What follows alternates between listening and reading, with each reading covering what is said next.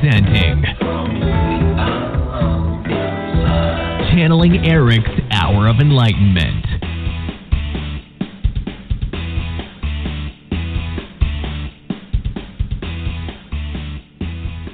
Hello, everybody, and welcome to our show today. I'm so glad you guys joined us. I want you to know, obviously, if those who don't, that Erik Medhus is my son, 20-year-old, who died actually 7 years ago today. So it's been kind of a tough day for me. But through this radio show, I'm hoping that he can help you guys navigate through life. He has a lot of advice to give, and he loves his blog members and wants to help them. First, I want to introduce his spirit translator, Kim. Would you like to tell us a little bit about yourself, sweetie? Hello. Hi, guys. Sure.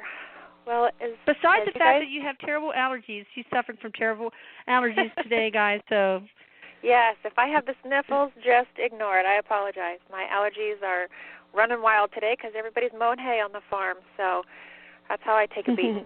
But I am a spirit translator, working on spiritual coaching as well, and oftentimes I offer Reiki sessions as well, guys. But I'm here because of one very important reason, and that is to bring voice to Erik Medhus, to give guidance to you guys, to help life seem a little easier for you guys and help you guys find ways to navigate your problems or even understand something on the spiritual aspect of things. So Erik, as you guys know, is a spirit guide from the other side that we connect with. We transcribe his messages on the blog. You can find that on channelingerik.com.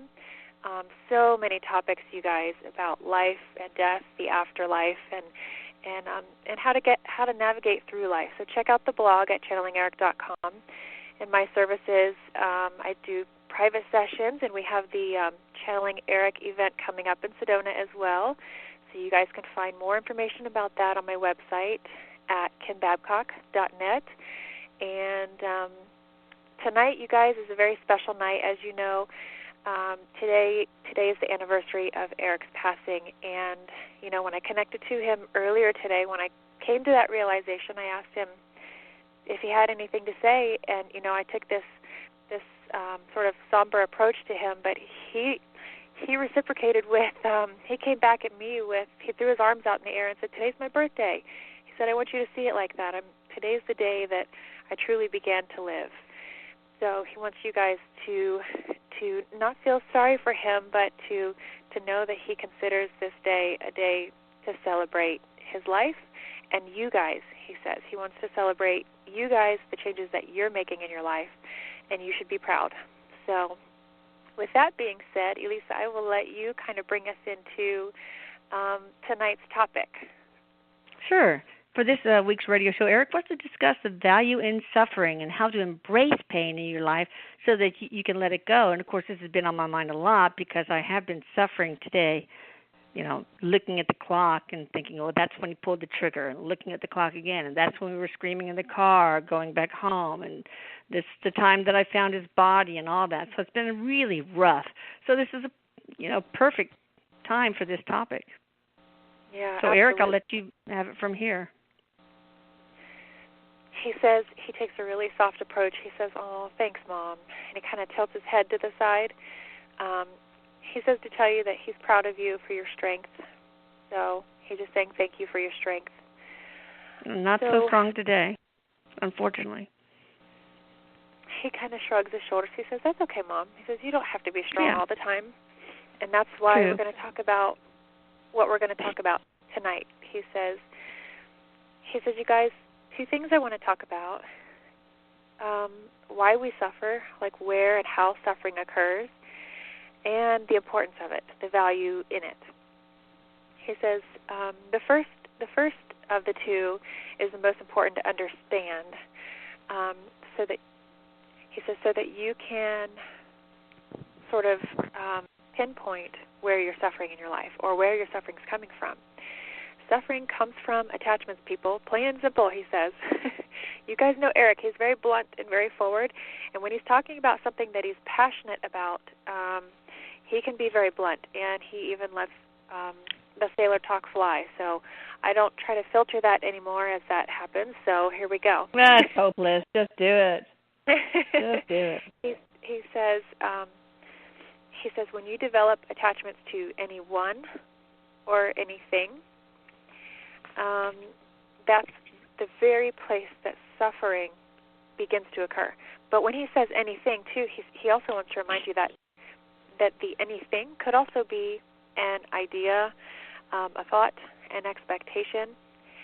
But as long as you create an attachment to it, but oftentimes this is subconscious, so people don't even realize it. He says that's the fucked up part. That's where it gets really hard, because you don't even realize you have the attachment, so let alone begin to work on releasing it. He says attachments keep us, he says okay, bear with me here because he's getting deep. he says brace yourself, people. Yeah, he always gives me this image of putting on these big red rubber boots. It's like shit's getting deep, people follow. Stay with me, he says. But on a serious note, he says souls were never created to be the same, to always just be the same, to be stagnant. There's no purpose in that. He says everything in existence is forward moving. So when we create attachments, we slow down that evolution on a personal level, on an individual level. So whether it's a relationship that you're attached to or an idea, an expectation, what you're doing is you're denying yourself of change. So in that, when you deny yourself of change, that's when you create suffering, because you keep yourself in a stagnant place. So you just limit your opportunities. All of a sudden, there are no opportunities when you have an attachment. He says that's right. And he says, this is funny, he's actually calling out one of my husband's friends, who I doubt that he listens to this show, but he's one person that I've had this argument with, and Erik wants to bring up his side of the story. I've told him, change is good, allow change. And he's like, no, I hate change. Change is not good. I like my safe zone, my comfort zone. That's where he says, when I allow change, I freak out, and that's when he gets nervous and anxious. So how is that possibly good? And Erik says, he says, I bring this up because I know a lot of you people listening are going to have this argument. Like, I don't need change. I'm safe where I'm at. Everything's fine. Why do I have to change anything? And he says, it's about growth. He says, remember, when you allow change, it's about growth. So if you keep yourself in your box, in your safe zone, he says, you're just going to stagnate your own growth. You're going to stunt your own growth. So just keep that thought in mind. And now he's jumping to try to pull it together. He says, when we have those attachments, that's when suffering occurs. But it's not a waste. It's not invaluable. He says, no matter how we suffer, we learn about ourselves in the process. We learn how we cope. We learn our coping mechanisms. We learn about ourselves throughout the process of suffering. He says, there are so many, he says, Mom, but this is the frustrating part. People forget. They don't. It's not necessarily that they refuse, but he says they forget to look at the silver lining, being like, okay, this situation really sucks and it really hurts, but what am I learning from it? That's the silver lining, and that's what people forget to do. He says people are more forgetful than neglectful in this situation. He says when you can stop and allow yourself that awareness to observe, he says, because that's truly why you incarnate, to evolve through your physical experiences in the physical world. So if you can stop in those moments when you feel suffering or when you're being asked to let go of something, he says stop in those moments and look at how you have developed on a personal level. Is it you've become stronger, or you're being asked, to become stronger by this relationship ending, and now you have to be independent and an individual, and that requires strength. So he says if you can stop and look at the silver lining, you're always going to contribute to your own growth. But if you look at the negative effects, it's like you're blinding yourself. He says you're looking past the real meaning here. But also, well, I can relate with my own story. I've said this before, but I don't know how many of you guys have gotten this message from me. But I had a terrible childhood of just awful emotional and physical abuse, and when I was younger, until maybe early adulthood, it was like, oh, poor me, I'm such a victim, it was awful, etc. But then I stopped when I got older and wiser and said, wait a minute, there's got to be something of value that came from this. And I just reflected and finally realized that, it helped me become more assertive, and it helped me become more compassionate, and it helped me become more nurturing, so that, I became perhaps a better mother. So, I found the value in that suffering, and that is what helped me let go of it, embrace it, think it, and move on. I just can't stress the importance of looking for the value in suffering so that you can then embrace it and let it go. Right. And he says, with that, there's a few things that he wants to also discuss. He says, the importance of allowing yourself to be vulnerable is key, Mom. He says, but vulnerability through the lens, like looking at yourself through a vulnerable lens. He says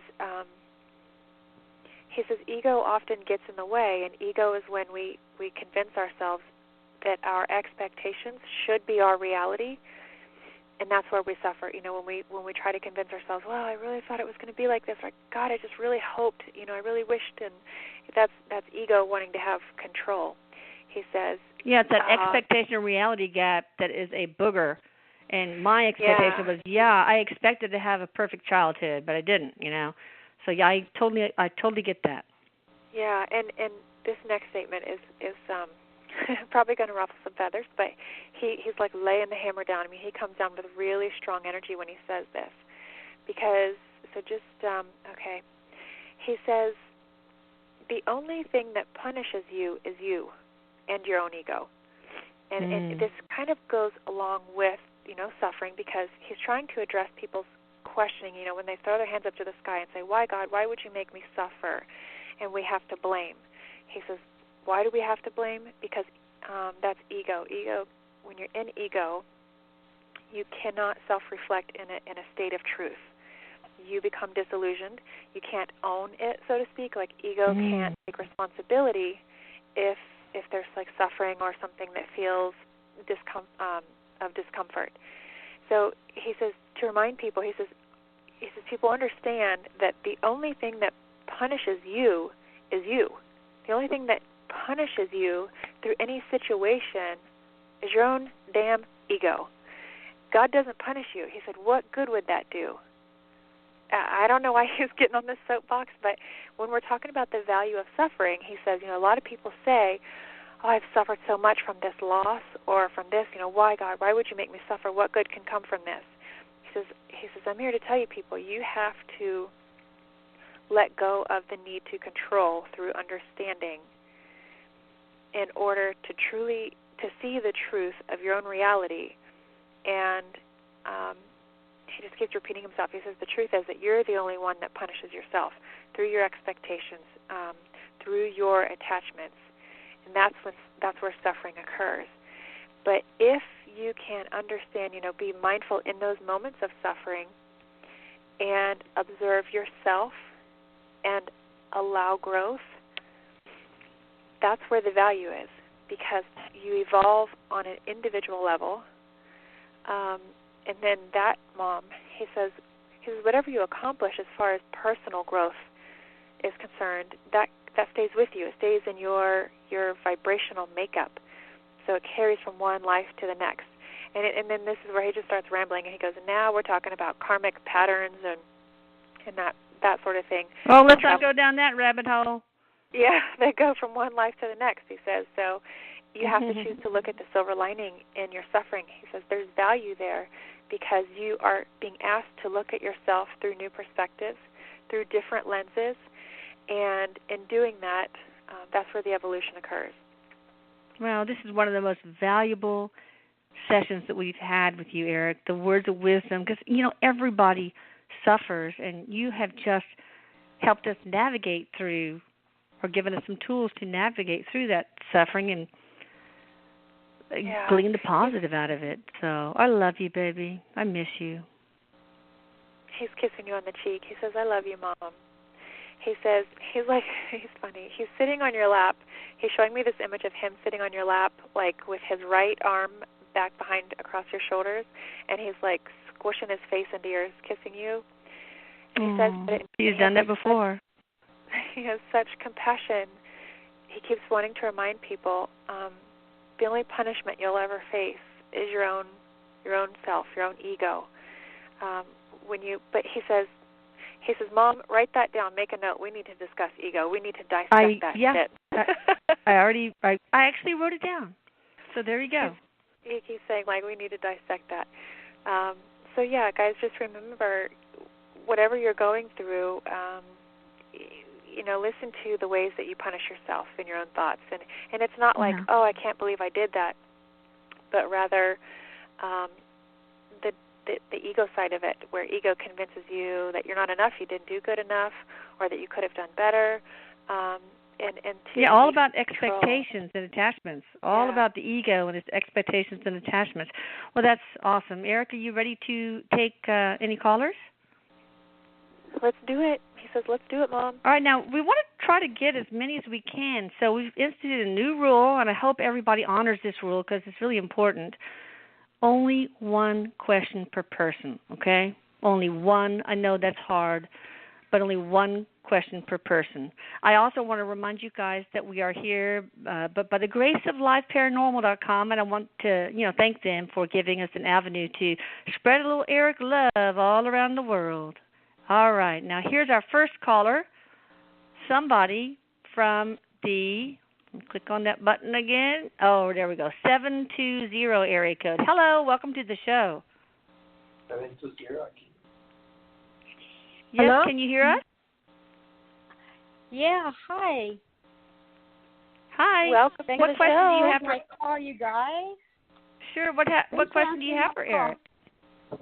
Yeah, my question is, my little one was sexually assaulted about 4 years ago, Labor Day weekend, and by his cousin, which is my nephew. And we've been through different courts and struggles and stuff, and I know that the last two that we had were June and July, and I had asked Erik and other people who I have up there to come help us, and I could feel them there in the courtroom, and it was amazing. The results were amazing, and everything went on our side. But my question is, my nephew up to now has not showed any type of remorse or guilt towards what he done and the damage that he done to the family, my immediate family, my kids, myself, and my extended family also. So I just want to know if sooner or later he's going to stand up for himself and admit to it and say the truth. This is a two-part answer here, Erik says. He says first he wants to remind you and your family. He says it's really important to expand this to your family, that your healing does not begin at the point in which the abuser is able to admit it. He says your healing begins at the point. This definitely aligns with everything that we're talking about tonight. The value of suffering and letting go of that and moving forward. And he says your healing begins with and your family. And I don't know how old the little one is because this might be hard to relay to him or her.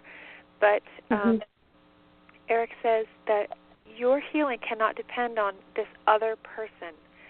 And same thing with the youngster. The healing has to begin with self-worth as a whole, as a family, and on the individual level. So he wants you to look at your family having worth and love and value as a family that is not defined by that situation. He says you are not that situation. Your family is not that situation, so don't identify with it as such.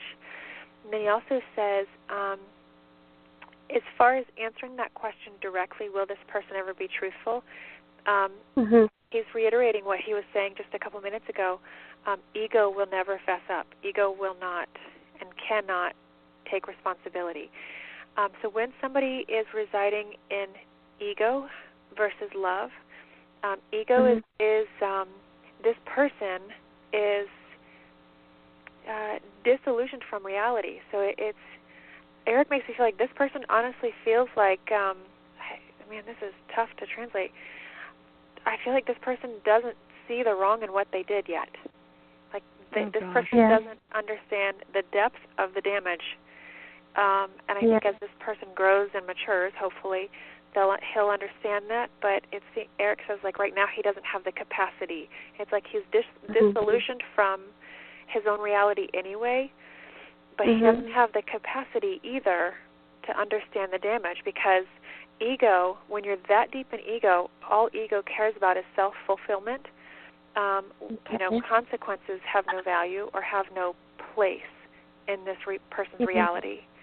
So he says that the person doesn't have the capacity yet to not only come forth and admit it, but doesn't have the capacity to understand the depth of the damage.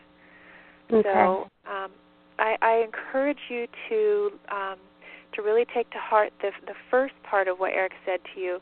Don't let your healing depend on that person's ability to admit it to you, because that's one thing that Erik says, don't hold your breath for it. So I hate to say it in such a blunt way, but that's just how Erik says it. It's the truth. It's the truth, and I think that should help you heal. I hope that helped you. Do you think that that would help you? I hope. Yeah, definitely. I mean, we're all going through psychological help, and it seems like that's helping a lot as well. One more thing. Remember, you're a family unit full of love, and that's all you need. Yeah. All you need is love. Don't make me break into song now. One more thing that Erik wants to say to you, and this may sound harsh. He says this often, though, to people. It is an experience. It was an experience, so don't over-identify with it and continue to host that experience over and over, because don't make it an attachment. Don't, just like we were talking about. Don't make it attachment, and don't have expectations for this guy, your nephew. Okay. Well, thank you for calling in. Thank you, you guys. Thank you for calling in, and my prayers for the family.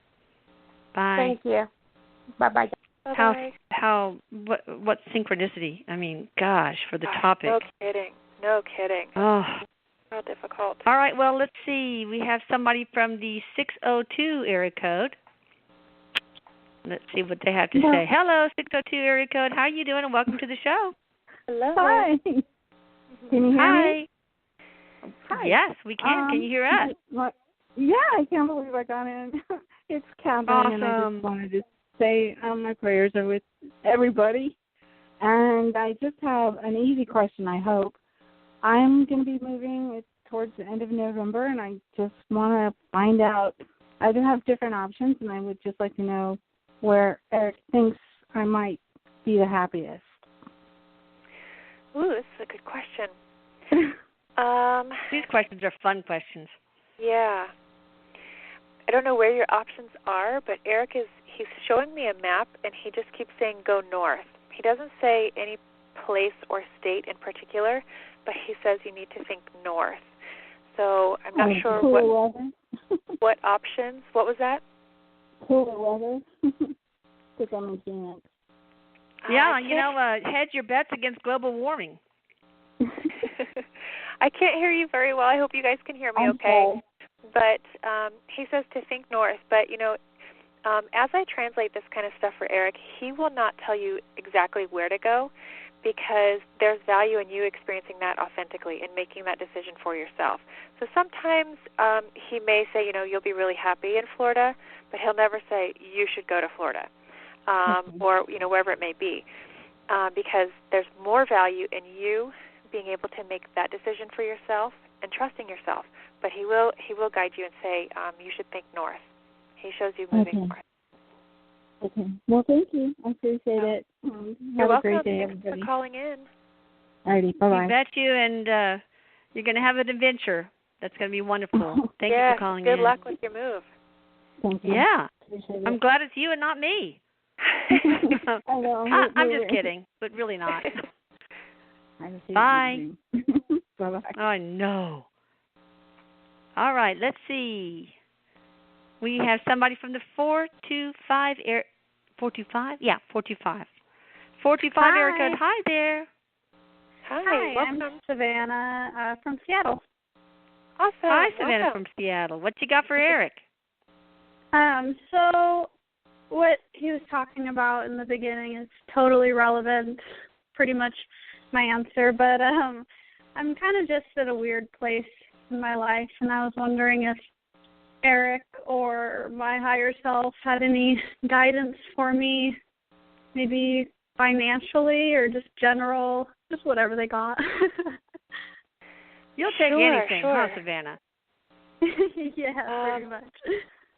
Wow, he went right in there. I'm not sure if I want to share this with you over the radio show because it's very private information, Savannah. So I'm not sure if you're on Facebook, but please send me a private message and I'll kind of share that side information with you. Okay. There's some stuff that he does not hesitate to pinpoint some things for you to focus on, but this isn't something I want to expose, over the air for you. But I will say that he's encouraging you.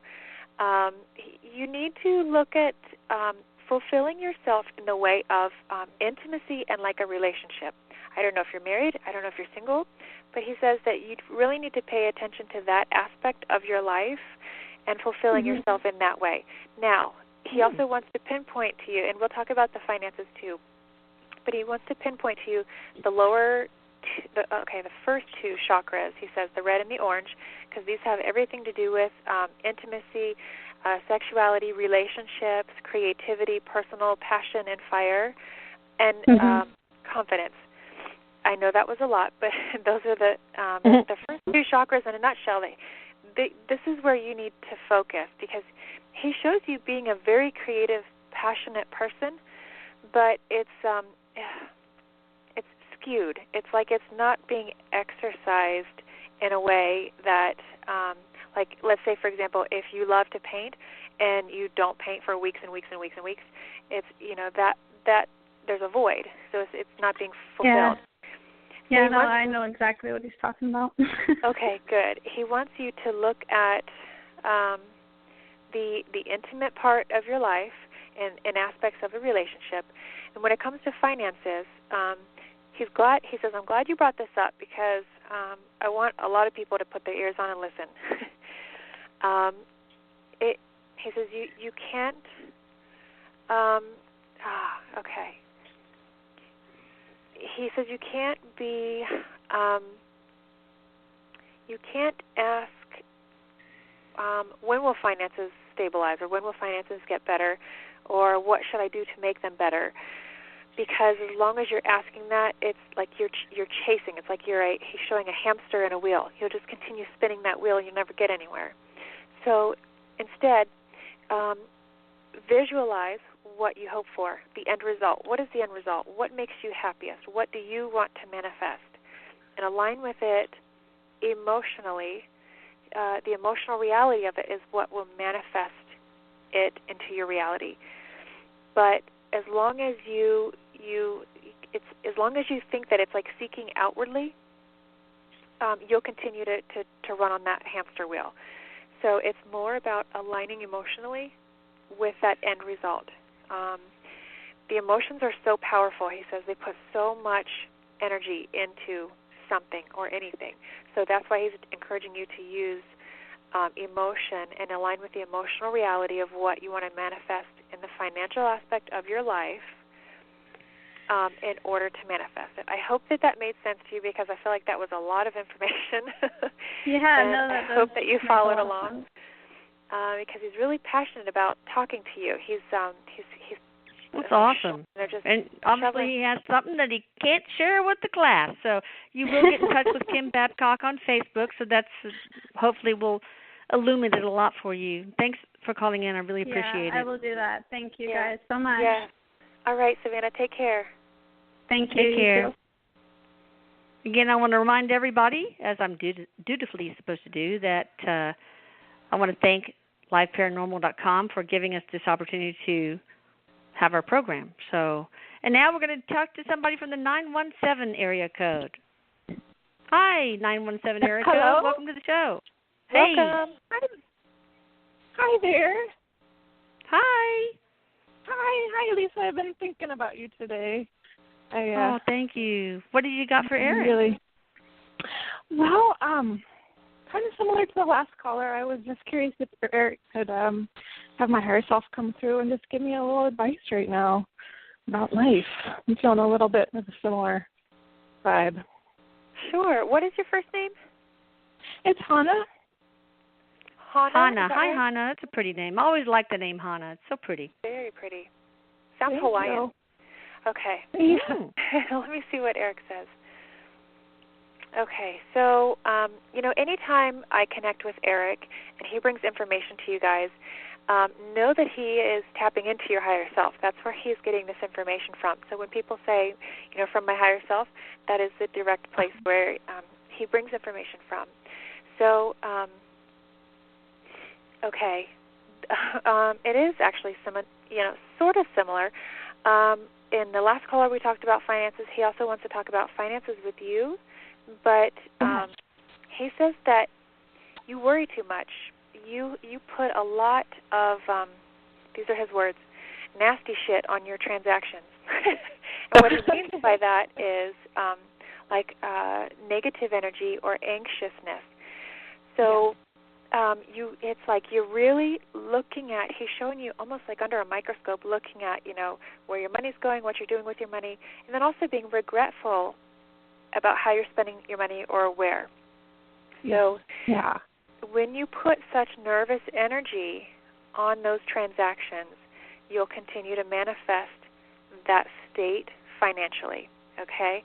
Totally. So if it's like, oh my God, I'm strapped and I shouldn't be spending this money, but I'm going to, and as soon as I do, I'm going to regret it, but I'm going to do it, you'll continue to have experiences in your life. You'll continue to manifest that feeling of being strapped and that state of existence financially.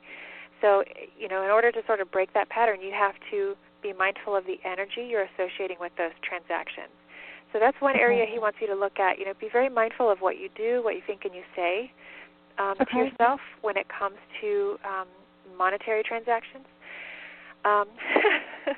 Great. And then he bounced his eyebrows and he's like, let's talk about love transactions. He says, okay, you're very guarded, he says. You're very sweet. You're very gentle. He calls you a sweetheart. You're very gentle, but you're very guarded. So again, he says, as long as you are guarded, you will experience the same. So meaning like people are only going to be able to give you so much and share, and that will be your experience anyway. That'll be your perception because that's your state of existence. That's where you're resonating. So if you're guarded and you have these walls up in your ability to share and give love, you'll experience the same back to you. So if it's kind of like, I feel empty, like where's my purpose, where are my connections? He says it's because you're guarded, you have some walls up that you need to work on. And then I think when you begin to really address them and knock them down, you're going to see other people. He says you'll experience more abundance in the way that other people share with you and give to you. So not just monetary, but love, he says. Oh, and that comes I love in it. many ways. So that makes so much sense. You're welcome. You bet. I hope it helps. I hope that helps. Thank you. Yes, thank you so much, you guys. Thank you. You're so welcome. You're welcome. Thank you for calling and being part of the family. Thank you. Bye. Bye. That was sweet. She sounded sweet. like a sweet woman. Yeah. All right, now we got one from the 434 area code. Hi there, how are you? And welcome to the call. To the show, well. excuse me, and the call. Hey there. Can you hear me? Yeah. Yes, welcome. I can. Good evening. My name is Mike. I'm from Virginia. How are you all? Awesome. Hi, Mike, we're fine. How are you doing? Doing well. I had 2 questions. Well, we're going to only stick one, with one. That's kind of the new rule. Sorry about that. But what's your most important question? Oh yeah, I understand completely. No worries. I'm kind of I don't know really what to do with my life, so I was trying to see if I can maybe get some ideas because I'm kind of at a place where I don't really like my job, but I don't know what else to do. Okay, this is interesting. This might sound strange, but this is what he's showing. For you, he says, first of all, you're going to be happiest outdoors, but also with people. But it's in the way of like leadership or mentorship, and like what he literally showed me was you working for. It's like a public park or some place like that where you're like a tour guide but it's a little more rigorous than just a tour guide. It's like you like a hiking. You teach people how to hike, or because I see you actually like outside. You have a harness on, you have a helmet on, and you have this group that's following you, and you're teaching them. So, are you teaching is he teaching like self-empowerment or other skills, or just the practical skills of hiking and living and being outdoors? Erik says, well, it's self-trust through like exploring the outdoors. So it's okay, this is the example he's using. Let's say, for example, it is like a tour guide that you're bringing people through, like mountains, and you're hiking. But it still feels very public, like it's a public place.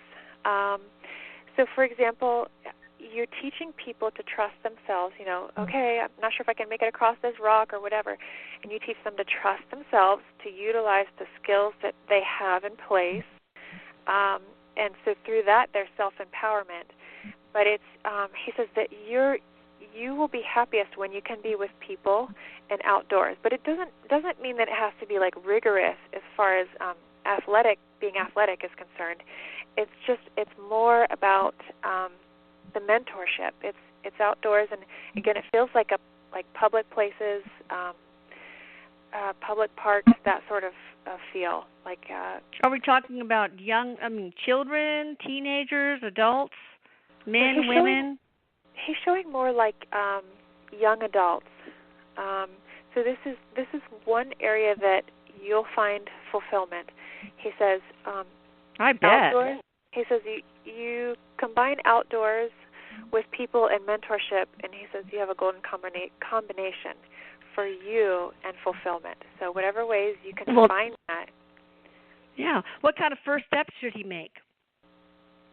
He's also, one more example he's giving, and then he'll answer that question. It's also showing like, you know how sometimes people go to like a ski resort to go like snow skiing, but they take lessons, and so they they learn lessons in that, through that guide or the instructor. It's something to that effect, but it's like sport related, giving lessons and guides and tours and that sort of thing. So what was your question to him, Elisa? What steps could he take? Oh, I was thinking, what first step can he make? Like draw up a business plan and present it, or start his own company, go to reach out to the various parks, ski resorts. What's the first step he should make in this? He says, or maybe it's up to him to discover that. I don't know. He says there's two things that I want you to look at, Mike. He says, first of all, sit down and he says, get a pen and paper and write down what's important to you. Is it being with people and being outside, being, athletic? What's important to you? Write that down. And then the next thing he wants you to define for yourself is location. Are you happier in warmer weather, colder weather? And are you happy out in the country, away from town, or in the city? He says, I want you to start there because I think that's really going to help you look at and define, not necessarily define areas of where you can work or where you can exercise this sort of occupation, but it's going to help you figure out different types of occupation. But there's something, he wants to talk about your work right now. He says whatever you're doing right now, you feel underappreciated or like under recognized for what you do. It seems like you have this heavy load and you're doing this work or going through the motions, but it's like you feel like underappreciated. Is that true, Mike? I think like on some level, yeah, I can see how I could relate to that and not be aware of it. Erik's words are, it's a lack of validation, like doing your work but not feeling valid in it. So that's what he says, just like feeling like invalid or that sort of thing. But I would encourage you to, to sit down and write those things and develop a plan for yourself. Because, and he says, remember, the only thing holding you back is you. If you say, well, yeah, but I can't because, or yeah, but, then it'll just be that. He says it'll just be that barrier. So just to remember that. Well, I hope that helps you. Yeah, I appreciate it. Good luck. You. I feel very positive about the direction you're going to go in. I feel like there's a great adventure ahead for you. So thanks so much for calling in. Yeah, really interesting. Thank you for taking my question. You both have a great evening. Thank you. You too. Thank you. Bye. Wow, that was neat. He just went right in and was showing these really cool images, like a tour guide. Specifics. Yeah, awesome. The images were pretty cool. Very cool. That's awesome. Okay, let's see. We have somebody from the 865 area code. 865 area code. Hello. Hi there. Hello. Hey, are you Hi, on? can you hear us? No. Hi, can you hear Hello? us?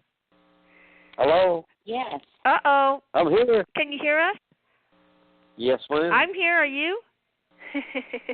You're on the air. No. What's your question for Erik? Well, it's not me.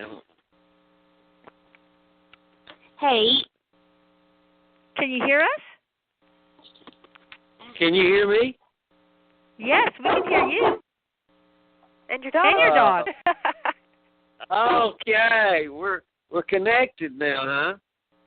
That's Good right. deal. What's I don't your know what question for happened. Erik? What question do you have for Mr. Erik? I was wondering what I'm really doing in this life of mine. I've lived through 2 women and starting on another one, so how many more women am I going to go through? God bless you. Women are difficult. Stay away from them. Women are difficult, that's for sure. They're complex. That's at least that's what my husband tells me. This goes back to, Erik says that this goes back to expectations. So he says if you want to have one and stick with one, so as to not move on to another and another, he says you have to be willing to let go. He says you're a very traditional person. You're a very traditional person. So when traditions don't sort of play out in your life, or it's expectations. It's like you're expecting certain things from your partner in a traditional sense, and when it doesn't line up with your expectations, it seems like it's just a lack of communication. Like things just sort of fall silent. It's not like anything negative or violent. It's just things sort of fall dead. And so it's a lack of communication. The two go their separate way, and then they move on. So he's encouraging you to like be willing. It's like my husband says, if you want to be happy, lower your expectations.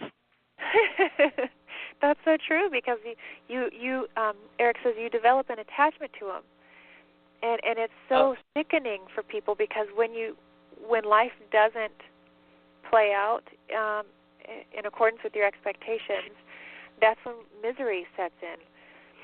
So for you, he says, be willing to look at what you expect from a relationship. Look at your expectations, and then also be willing to let them go and let the relationship happen. But also he wants to tell you, you need to work on yourself on the level of it's like worth, self-worth and confidence.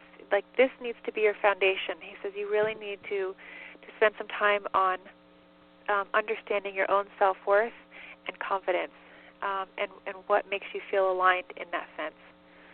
So I think that, too, is going to help you contribute. Erik keeps using the word quality. So contribute, quality time and the essence of you, contribute your own self in a quality way to the relationship. So, what can you do to work on that? I mean, it's easier said than done. Yeah, work on your self-confidence, but what practical steps does he need to make? Both of these women passed away, He says for you, what's that? Both of these women, them two women passed away. I mean, well, Erik so says, "Oh, I'm sorry." He says for you, it's more about like looking at, to find true like steady, consistent happiness and fulfillment. To look at comparison. He says for you as an individual, you really tend to fall into this rabbit hole of comparing yourself and your life to others and other lives. Don't we all? Yeah, and even if you have experienced, losses of your spouse, this too is still very much, unfortunately, a place where we have attachments. We are attached to the role that person played in our life, or even, the idea that we'll be together forever. And then when that doesn't happen, that's where it's up to us to make the changes. And just like we were talking about at the beginning of the show, assert where we are holding on and not letting go.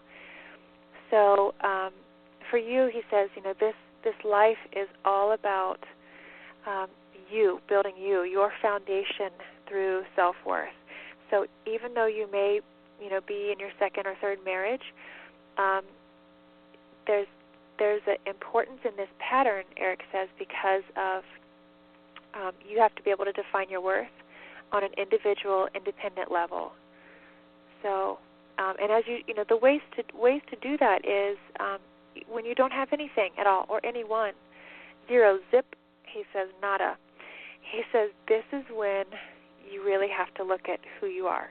When you have nothing and no one, you still work to define yourself in that space.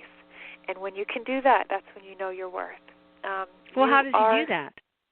I mean, I think this is important for everybody. Everybody needs to learn how to define themselves. We all have trouble with that. So what can he and the rest of us do to make that happen? Right. He says when I talk about defining yourself, he says I'm not talking about labels, people. Like, okay, I'm a dad, or I'm a spouse, or I'm a fireman.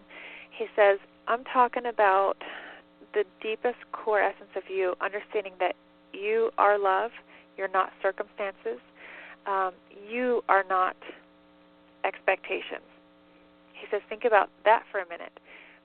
Your creation, the creation of you that is you, was never put up against expectations.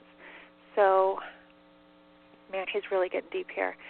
He says, as you go through life, understand that you're constantly loved. There's no expectations. The love is always there. So you have to be able to strip everything away and find that self-love. It's just self-love, Mom, he says. That's all it is. But you have to be able to love everything about you. And when, let's say, for example, you lose a spouse or you lose a partner and you go back to that nothingness, you still have to be able to love yourself in that moment. But oftentimes that's where we blame, that's where we face regret, and so on. We regurgitate all of these unnecessary thoughts and emotions, he says. So I guess in his case, in your case, the expectation was not about what kind of, man to be with the women. It's about whether that relationship would be sustained or whether it would be cut short because of death. Right. And that's so your expectation is like, why don't I need a relationship that will last, until the day I die. Right. And Mom, he says, as soon as you cling to something, you lose it. So if you cling to that, like, I'm going to have this till the day I die, you lose it. And that's why, and the harder you cling, the stronger you manifest. So, and I know that's really hard to understand, and it sounds probably opposite of itself or bizarre, but the harder you cling to something, the more you lose it. So it kind of goes again back to like letting go of the attachments to, even ideas that I'm going to have my one and only for all of my life. So the harder you cling to that thought, the more the opposite will manifest. It's on a subconscious level. We're talking about quantum physics manifesting in metaphysics here at the subconscious level and how that manifests into your reality. So I hope that, on a lighter note, understand what he's saying to you, that when you cling to an idea that you'll find one and then this is it forever, that's